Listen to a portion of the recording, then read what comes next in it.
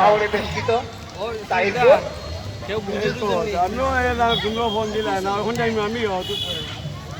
আমরা দেখতে পাচ্ছি দুই দলের মধ্যে খেলা চলছে। দেখা যাক কোন দল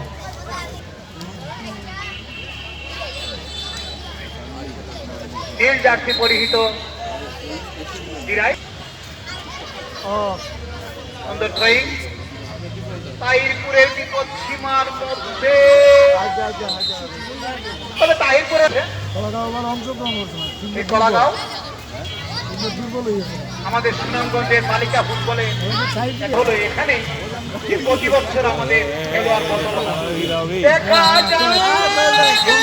তীক্ষ্ণ দৃষ্টি সম্পন্ন রেফারি যে কারণে গোল হয়নি।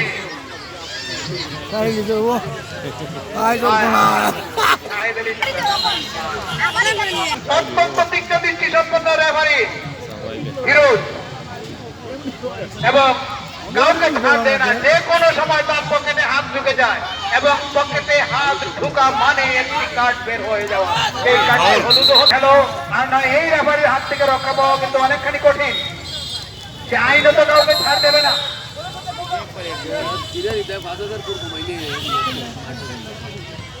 গোল হয়ে হলো না, অবৈধভাবে বল নিয়ে গোল বারে শুট করার জন্য হলুদ কার্ড যাত্রী করে হয়তো খেলোয়াড় কিন্তু না বল ধরে রাখতে পারেনি। বল চলে গেল মাঠের হয়নি, অনেক কিন্তু চড়া হয়ে খেলছে বিরাই 10 নম্বর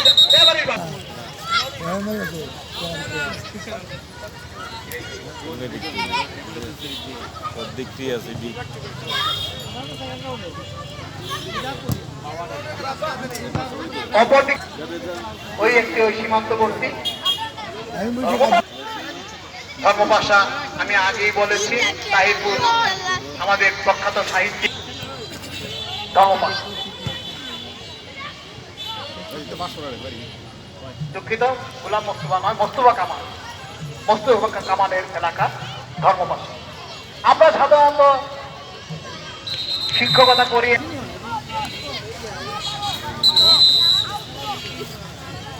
মধ্য মাঠ থেকে চোট দেখা যাক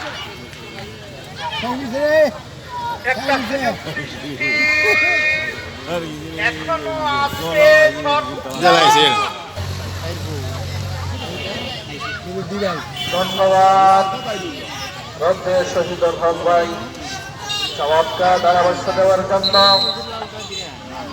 মুহুর্মুহুর আক্রমণ চলছে উভয় দলের মধ্যে এবং পায়ে সেই তাহিরপুরের প্রত্যাশা শুভকামনা সুস্থ হয়ে তাহিরপুরের সীমানা থেকে লম্বা চমৎকার দৃষ্টির একটি শট মধ্যমাঠ বরাবর রয়েছে। আক্রমণে যাওয়ার চেষ্টা দিরাই, শেষ পর্যন্ত বল চলে গেল বাঁশির সংকেত তিনি জানালেন ফাউলে হয়ে গেল। আক্রমণে যাওয়ার চেষ্টা দিরাই,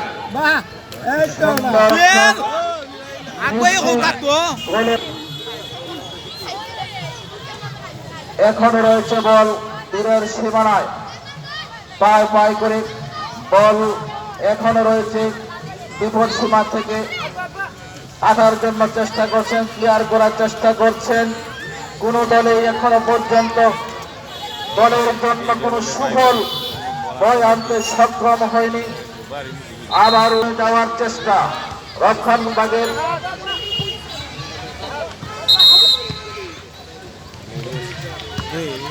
আস্তে আস্তে করে খেলা এগিয়ে যাওয়ার নৈপুণ্য দর্শকদের সামনে উপহার দিতে সক্ষম। সংকেত পেলেন দিরাইয়ের উপজেলার অনুকূলে, দিরাই উপজেলার অনুকূলে চমৎকার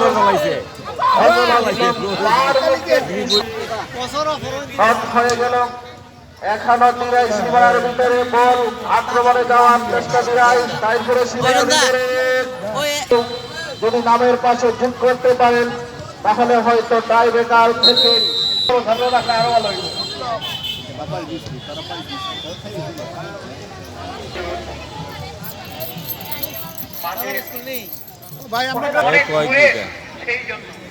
আল্লাহর বেলায় একটি কথা আছে, অংশগ্রহণকারী দল তাহিরপুর বনাম ধর্মপাল দেশ থেকে একবার ঘুরে আসা যায়। তা আমাদের